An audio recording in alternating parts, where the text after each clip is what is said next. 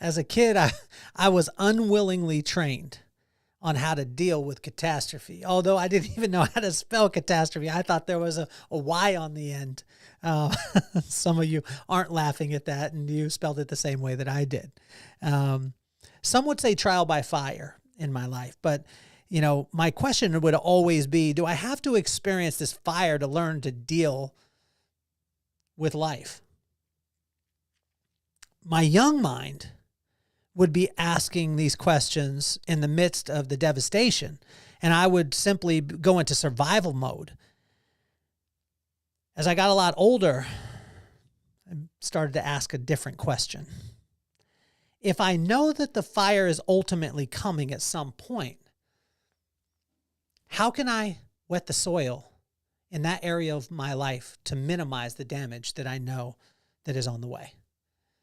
And when I talk about catastrophe, it's, I was just telling my guest the other day, I was sitting and talking with her, and, this was from a very early age of, sometimes being on a military base. I remember we lived on Vandenberg Air Force Base, and my dad one day, after 14 years in the military, he comes home and he says, it's done. And we're like, what's done? He's like, it's done.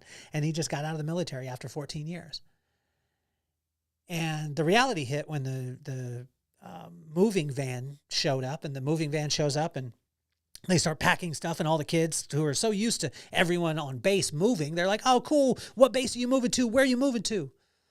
Me and my brother were like, we don't know. And then they asked us again, well, you guys are joking. Where are you guys moving? And we were like, we don't know. And then I remember the third time I got pissed because I was so embarrassed that I didn't know where we were moving to. Our stuff was just being packed up, but we had no plan.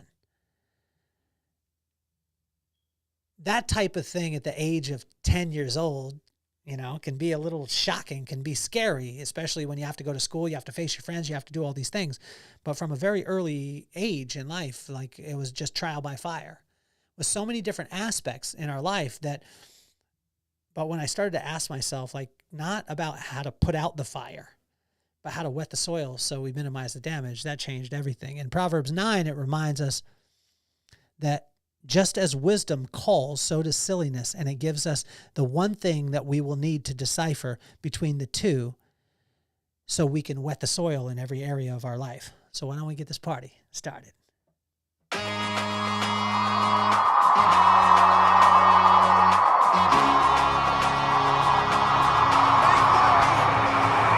Nothing more on my mind. I got two shines, so every day I grind. Work in the morning, work in the evening. We's achieving, cause we believing. It's for certain, we put the work in.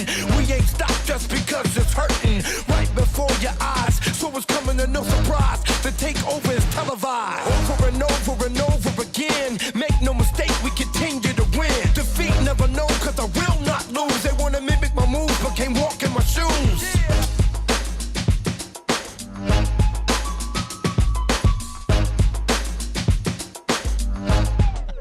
Wetting the soil. It's not the most exciting thing, because when we're preparing for something that actually hasn't happened yet, sometimes we see it as a waste. Why should I be doing that thing preemptive as opposed to waiting until it's here and then spending my energy on it? Well, what I found is in business especially, I find that we become professional fire putter outers. That's a very long phrase, but it is not even a word. But we almost put it as a badge of honor. I put out fires. That's how I do. I hear CEOs do this, founders do this. And as a founder and as a CEO of a company, I did the same thing. I almost beat my chest and made it a badge of honor that I could put out fires. Give me the fire. I'll show you how to put it out. Well, then as I started to see that, what if we just wet the soil so the fire never happened in the first place? Well, sometimes in that scenario, we don't get as much credit at the end because no one saw the fire happen. And why did that fire not happen? Because we wet the soil.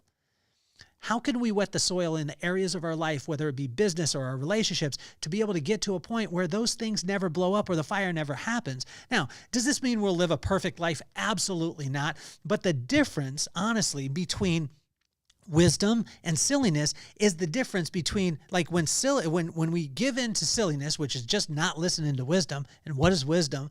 Wisdom is the right use of knowledge. And if we have the right use of knowledge, then we can get all the knowledge and we can actually use it. But there's only one place that wisdom comes from, and that's from the fear of God. And that fear is in the context, in the culture, when that was written, it just meant respect. So if we respect God, meaning that we spend time with him, and we see that his words and actions are in line, then we'll respect him, because that's how we respect people. And if we spend time with him, we have a personal relationship with him, he'll bring wisdom as opposed to silliness. Wisdom will help you wet the soil. Silliness will cause you to have to put the fires out. Right? And so let's look at this as we move forward. It's just, it's unreal. And Proverbs 9 breaks it down. It's very, very simple. But I want us to really look at this and step into it as much as humanly possible. And again, this is the hardest thing. Like I said this, the summer is coming up, right? And when I say this, it's January, but the summer is coming 6 months from now. So the 6 months that you put in the work is going to get you probably, you're going to do 6 months of work, and you're going to probably get 30, 40, 50 minutes, maybe a couple hours in a bathing suit, or in some shorts at the pool. If you choose silliness for the next 6 months, then you're gonna end up having to put out some fires. You're gonna, and these things, the preemptive things, are the things, again, that we don't get that excited about. So one of the ways that you could preemptively get ready is to be able to align your heart, your mind, and your skills is the Vibe experience, which is April 12th. And I would suggest that. It's going to be incredible the way that you could get a ticket. You could get a ticket complimentary. It's a $500 ticket, but you could get it complimentary by becoming a founder to our Substack. The link is in the bio. Check that out. And what it is, a handwritten newsletter that I do of wisdom and encouragement. And, I wanted to do it in my handwriting because I wanted to be personal back and forth between you and I. So thank you so much for checking out Inchstones. Let's get into this, right? Proverbs 9. Wisdom is calling out, is plentiful, and the rewards are unbelievable. That's verse 1 through 6. Let me say it again. Wisdom is calling out, it's plentiful, and its rewards are unbelievable. Wisdom, the right use of knowledge, there's no reason to get knowledge unless you have wisdom, because you won't be able to use it anyway. How many of us have ever seen somebody go out and get a bunch of knowledge, but they can't apply it, right? Mieko asked me the other day, I was on a coaching call with her, and she asked, she's like, should I go and get more education? What is your thought on that? I said, do you apply the education? She said, yeah, sometimes. I said, as long as you apply it, then go get more.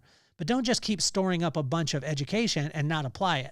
Apply it as soon as humanly possible. The ability to adapt immediately will determine your reward, right? And honestly, it's a quote from that right there. When I'm holding up the book, The Vibe. The link is in the bio for that bad boy too. It's 117 pages. Very easy read. And I wrote it with 2 fingers like this. Ding, ding, ding, ding, ding, ding, all the way through. Took 6 days, and I just focused in on it. In Proverbs 9, verse 7 through 12, how can I know that I'm doing the right thing? And how can I know that I'm on the right path? This is a question that I get asked all the time. And it's a question that I ask myself, like, how do I know that I'm doing the right thing? And how do I know that I'm on the right path? Well, the cool thing is if you send that through a filter of wisdom being the right use of knowledge, wisdom, the beginning of that is the fear of God or respect of God. So if we're just spending time with God, then he'll show us exactly what to do, with the right thing to do at the right time.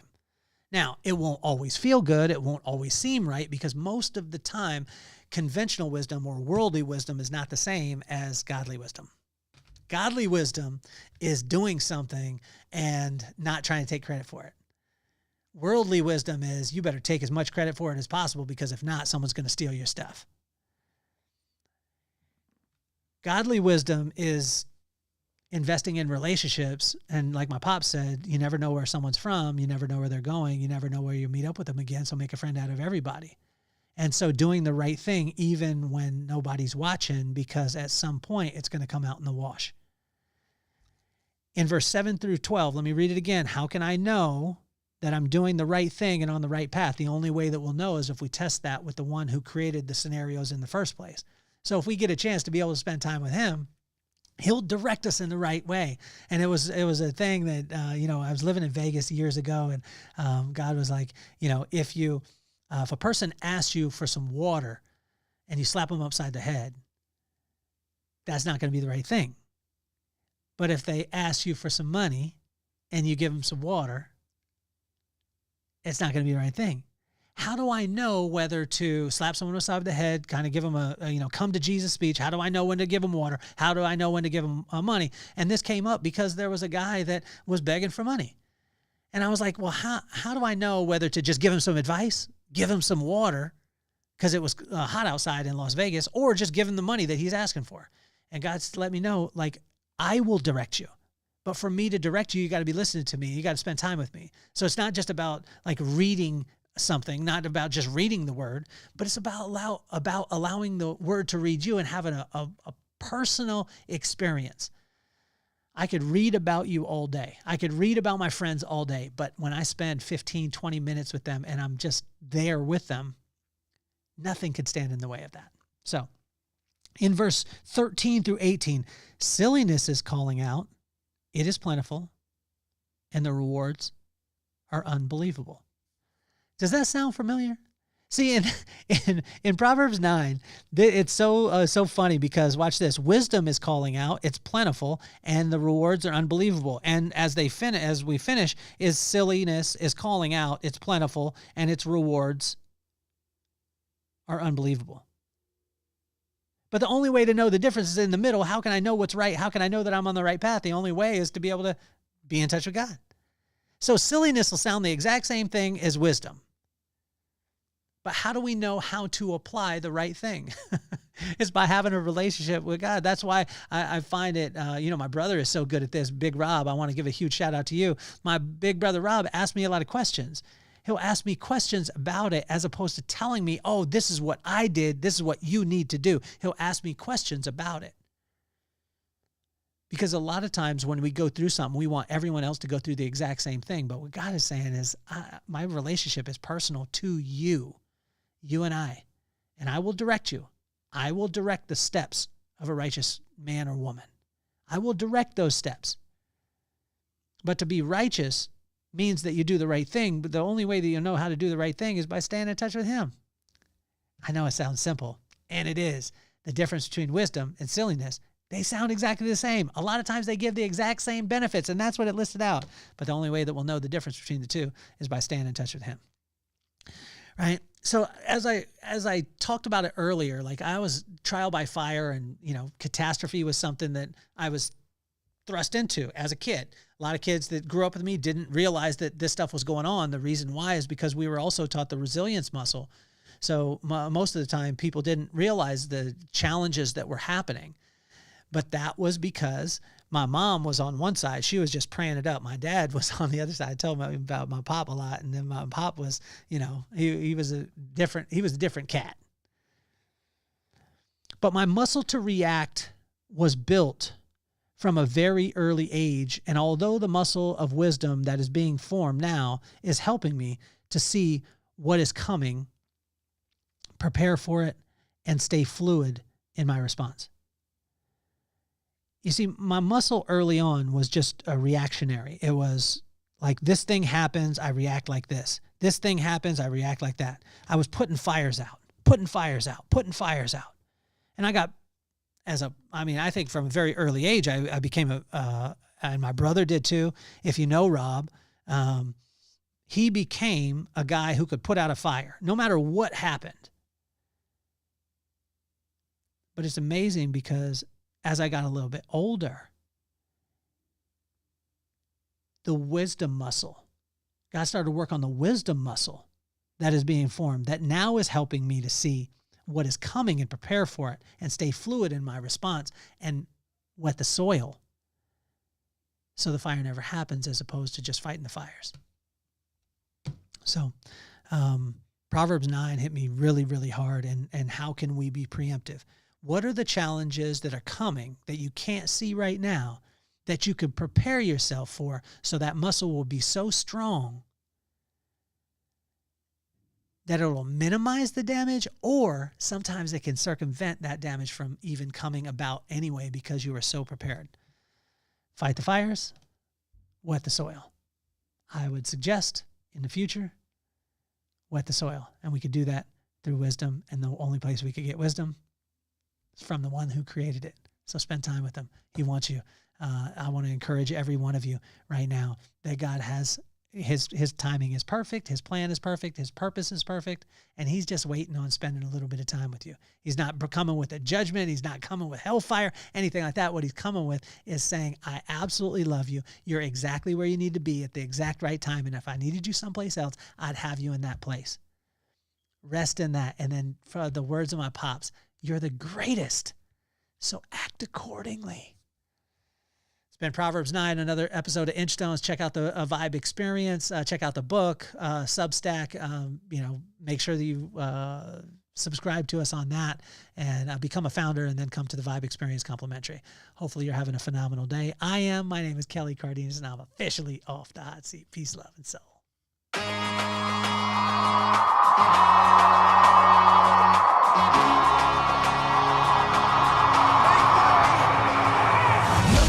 On my mind, I got two shines, so every day I grind. Work in the morning, work in the evening. We's achieving, cause we believing. It's for certain, we put the work in. We ain't stopped just because it's hurting. Right before your eyes, so it's coming to no surprise. The takeover is televised. Over and over and over again. Make no mistake, we continue to win. Defeat never know, cause I will not lose. They wanna mimic my moves, but can't walk in